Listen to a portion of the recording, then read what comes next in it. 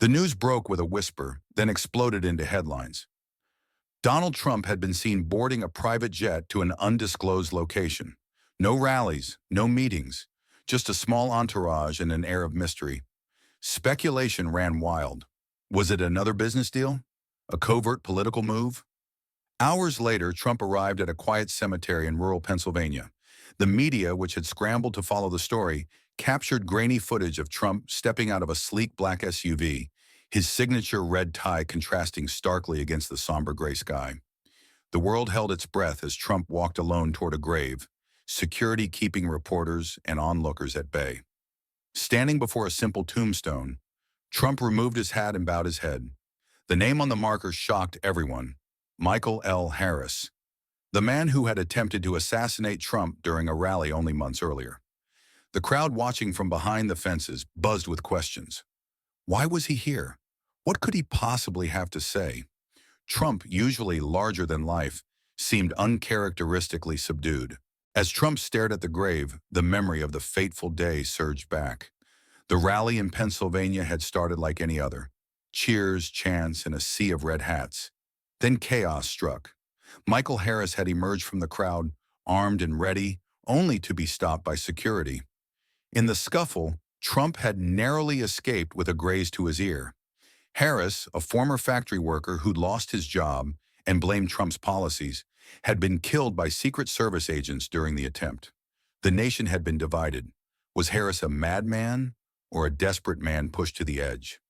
As Trump stood by the grave, a flash of guilt mixed with anger crossed his face. He was wrong, Trump muttered under his breath. But maybe so was I. As Trump stood in front of Michael Harris's grave, his gaze softened. He knew the world was watching. Journalists had gathered just outside the cemetery, cameras flashing, awaiting an explanation. With a deep breath, Trump turned to face the small crowd of reporters, a calm yet somber expression on his face. The usual bravado was gone, replaced by something more reflective. "I know you're all wondering why I'm here," Trump began, his voice steady but laced with emotion. He took a moment to steady himself, then continued. "This man tried to take my life, but as I stand here, I realize his actions were fueled by more than just hatred. He was hurting, pushed to the edge by a system that left him behind." There was a pause in the crowd, the sound of shuffling feet as reporters exchanged glances. It was a stark contrast to the usual Trump speeches, full of forceful rhetoric. This was different. "I don't excuse what he did," Trump added quickly, "but I understand that sometimes we all act from a place of deep pain, a pain that can cloud our judgment." The reporters leaned in, captivated by the vulnerability in his voice. For a moment, the president seemed almost human. "I've spent my career making decisions that affected many, but I've also seen the consequences of not listening to the struggles of people like Michael. I think we can all agree, no matter our differences, that we can't heal as a nation until we confront the pain in our hearts and the pain in our country." Trump's words hung in the air, quieter than usual, almost as if the weight of the situation was too much for him to carry alone. The crowd, initially skeptical of his visit, fell silent. It wasn't just the words, it was the sincerity with which they were spoken. "It's time to listen, to understand those who feel forgotten, who are left behind," he continued. "And I'm here today, not as a politician, but as a man reflecting on what we've all lost." There was a collective pause in the air, a moment of shared understanding that swept across the gathering. It wasn't about Trump's presidency or his policies. It was about the deeper wound at the heart of the country and the chance to heal it. Trump's visit to the grave immediately set the media landscape ablaze. It wasn't just a political story, it was a human story, and people across the nation were riveted. News outlets scrambled to cover every angle. Some reported on the emotional tone of Trump's speech, his reflective moments at the grave, and his acknowledgement of the deeper issues plaguing the country. Others raised questions about the authenticity of his gesture, speculating whether this was a carefully planned move to reshape his image as he neared the end of his presidency. Social media platforms buzzed with reactions. His supporters celebrated what they saw as a rare moment of humility and reflection from a president who was known for his bombastic rhetoric. They praised his recognition of the struggles faced by working-class Americans, calling it a moment of genuine empathy. Trump reflects quickly trended on Twitter as people shared clips of his speech, dissecting every word he said.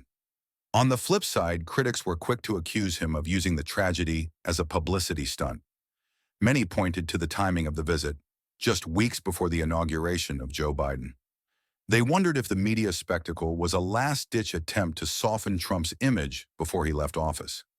Was this a sincere act of reflection or just another carefully orchestrated political maneuver?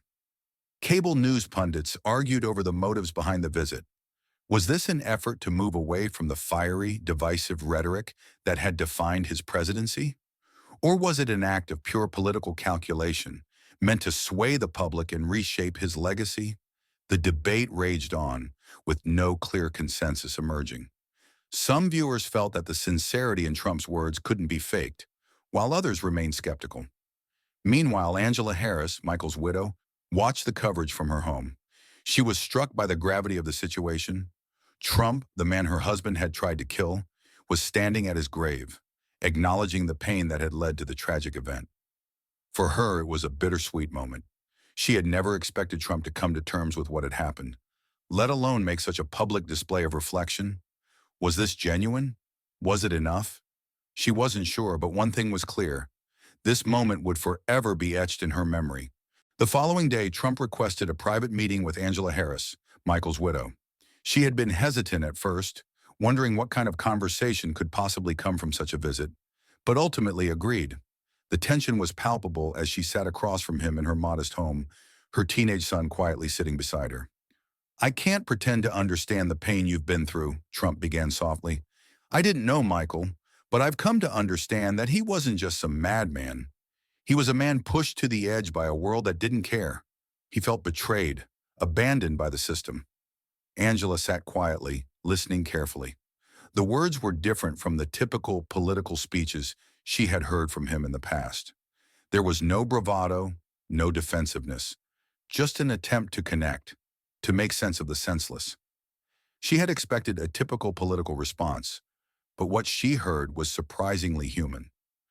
"That doesn't excuse what he did," Trump continued, "but it explains why he did it. And that's something we all need to think about." She was taken aback. The man who had spent years as a polarizing figure in American politics was sitting across from her, acknowledging her pain in a way that felt real.